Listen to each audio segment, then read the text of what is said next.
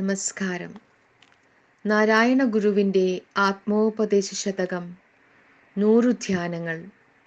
ധ്യാതാവ് ഗുരു നിത്യ ചൈതന്യയതി. ധ്യാനം 10.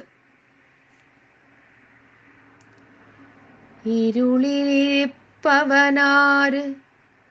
ചൊൽക നീയെന്ന് ഒരുവനുരപ്പതു കേട്ടു താനുമേവം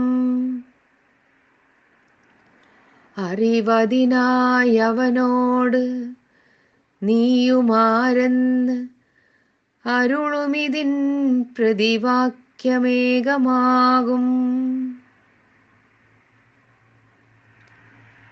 നമ്മുടെ ചെറിയ കുഞ്ഞു വന്ന് അമ്മേ എൻ്റെ വയറു വേദനിക്കുന്നു എന്ന് പറഞ്ഞാൽ അതെങ്ങനെ മനസ്സിലാക്കും? നമുക്കും പലപ്പോഴും വയറു വേദനിച്ചിട്ടുണ്ട്. അപ്പോഴെല്ലാം എനിക്ക് വേദനിക്കുന്നു എന്ന് സ്വയം പറഞ്ഞിട്ടുള്ള ഓർമ്മ മനസ്സിൽ വരുന്നു. എനിക്ക് എന്ന് കുഞ്ഞു പറയുമ്പോൾ അത് മനസ്സിലാക്കുന്നതിനായി തന്നെത്താൻ എനിക്ക് എന്ന് പറയുമ്പോൾ ഉണ്ടാകുന്ന അനുഭവത്തെ ഓർമ്മിച്ചെടുക്കേണ്ടിയിരിക്കുന്നു. അനുഭവങ്ങളുടെയെല്ലാം സാക്ഷിയായ ഒരറിവ് ഒരിക്കലും മാറ്റമില്ലാതെ നമ്മുടെ മനസ്സിലിരിക്കുന്നു. മറ്റൊരാൾ ഞാൻ എന്നും എനിക്കെന്നും പറയുമ്പോൾ നാം ഈ സാക്ഷിയിലേക്കാണ് ഉറ്റുനോക്കി ആ വാക്കുകളുടെ പൊരുൾ മനസ്സിലാക്കുന്നത്. നമ്മെ സംബന്ധിച്ചിടത്തോളം ഈ സാക്ഷി നമ്മിലിരിക്കുന്ന അറിവ് മാത്രമാണെങ്കിലും ഓരോ സാഹചര്യത്തോടും നമ്മുടെ സാക്ഷിയെ നാം സംബന്ധപ്പെടുത്തുമ്പോൾ സാക്ഷിയുടെ അനുഭവം കൂടുതൽ കൂടുതൽ വ്യാപ്തിയുള്ളതായിത്തീരുന്നു.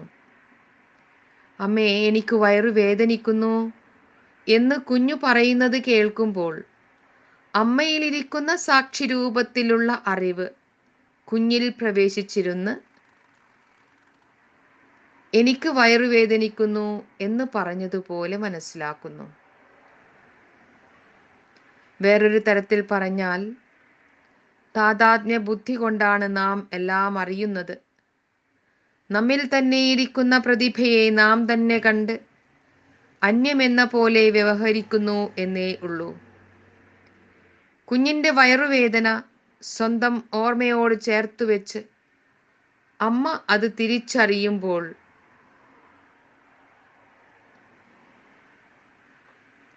വേദന എന്ന ആശയത്തിൻ്റെ പ്രതിഭ മനസ്സിൽ വളരുന്നതല്ലാതെ അമ്മയ്ക്ക് വയറുവേദന ഉണ്ടാകുന്നില്ല. എന്നാൽ എൻ്റെ കുഞ്ഞ് എന്ന മമത കൊണ്ട് അമ്മയുടെ മനസ്സിൽ ആപത് സൂചന ഉണ്ടാക്കുന്നു. മനസ്സ് തളരുന്നു. കുഞ്ഞിന് പിണഞ്ഞേക്കാവുന്ന ആപത്തുകൾ വെറുതെ സങ്കല്പിച്ചു കൂട്ടുന്നു. അതുകൊണ്ട് മനസ്സ് കൂടുതൽ ക്ഷുബ്ധമാകുന്നു. കേവലം സാക്ഷി രൂപത്തിലിരിക്കുന്ന അറിവിൽ താദാത്മ്യ ബുദ്ധി കൊണ്ട് ആരുടെ അനുഭവവും സ്വന്തം അനുഭവമായി സുഖദുഃഖങ്ങൾ ഉണ്ടാക്കുമെന്നുള്ളതിന് സംശയമില്ല. ഒരാളുടെ അഹംബുദ്ധിയുടെ സത്യം എന്തെന്ന് ആലോചിക്കുക. അനന്തമായ ഇരുളിൻ്റെ മധ്യത്തിലിരുന്ന് ജ്വലിക്കുന്ന അറിവിൻ്റെ ഒരു കണികയാണ് ഞാൻ എന്നത്.